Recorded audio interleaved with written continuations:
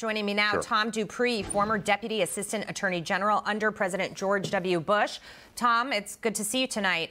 What's really interesting here is that what seems to be the culmination of this investigation, although we don't know until charges are brought, if they are brought at all, is that the focus would be tax crimes and a false statement on a gun charge. And the question is, what about everything else on the laptop? What about all the shady business dealings? What about all the things that involved energy companies in China, also Ukraine, when President Biden was then vice president and possibly was benefiting from those dealings? Well, and if there were crimes related to any of those issues you mentioned, Jackie, it's kind of a mystery why the Justice Department would be focusing on something that might seem a little relatively trivial in comparison, such as a paperwork violation on the gun charge. I think what's also interesting is the timing of all of this. Look, this investigation has been going on for 4 years. That's exceedingly unusual in an investigation of this nature. And the fact that we're now hearing reports that maybe a charging decision is imminent, what it tells me is that there's probably someone in the Justice Department who wants to, goose the prosecutor a little bit and basically say, look, 4 years is long enough. It's time to make a decision here. Do you think that it's possible? Obviously, an agent did leak some of this information, and Hunter Biden's attorney was making the point there that, that's a felony. It should be investigated. Having said that, the information is out there, right? And we've seen this happen on both sides so many times. So you wonder to yourself, maybe not all the information was relayed in this leak per se. If a charge is brought, do you think it could include more? It's totally possible. I mean, that's the thing about the grand jury system, is that it really is impervious unless and until someone on the inside decides to leak information. And we've been getting little dribs and drabs here and there. I mean, it's kind of like trying to play whack-a-mole, with all this leaks, this, that, the other thing. Clearly, whoever is leaking the information now wants to put the national spotlight on these two crimes that we're looking at, either a tax fraud charge or a gun-related charge. Right. It's entirely possible there's something else in the works, and that the leaker, for whatever his or her motives might be, doesn't want that out in the public domain quite yet. Yeah, either way, the leaker's putting out there just weeks before the midterms that something like this could happen.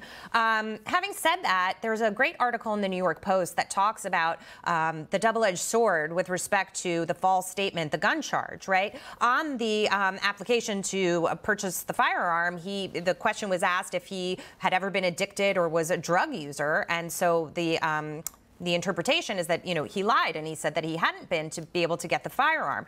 The Post is saying that prosecutors are saying, well, that could be flipped also. And they could say, with respect to the tax crimes, that when he filed those tax returns, look, he was a drug user. He wasn't in the right state of mind to file the right tax return.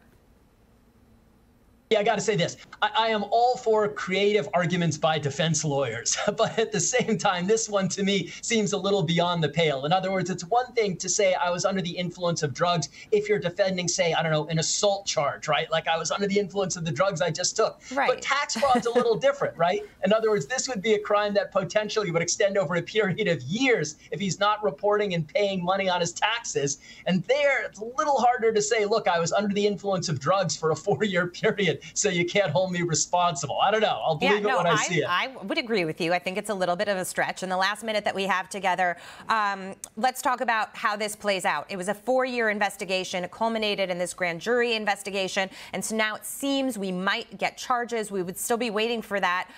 Having said that, how does the president play into this, if in any way at all?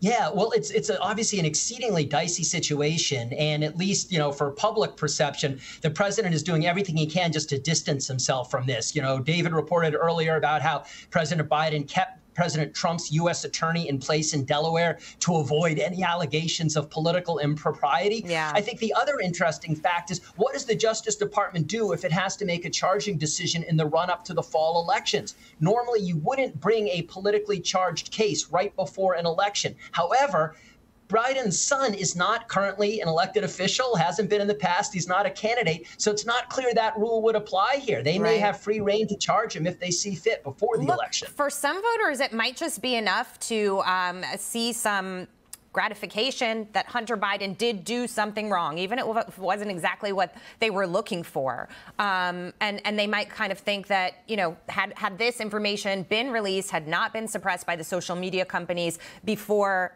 the last election that it might have had an impact on how people vote. That's how they view things. They look at family members as tied together. And, you know, I mean, the apple doesn't fall far from the tree, right?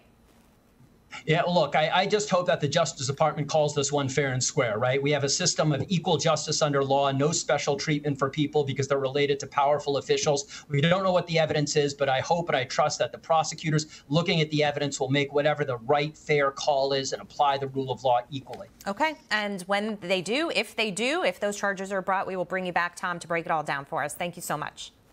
Thank you.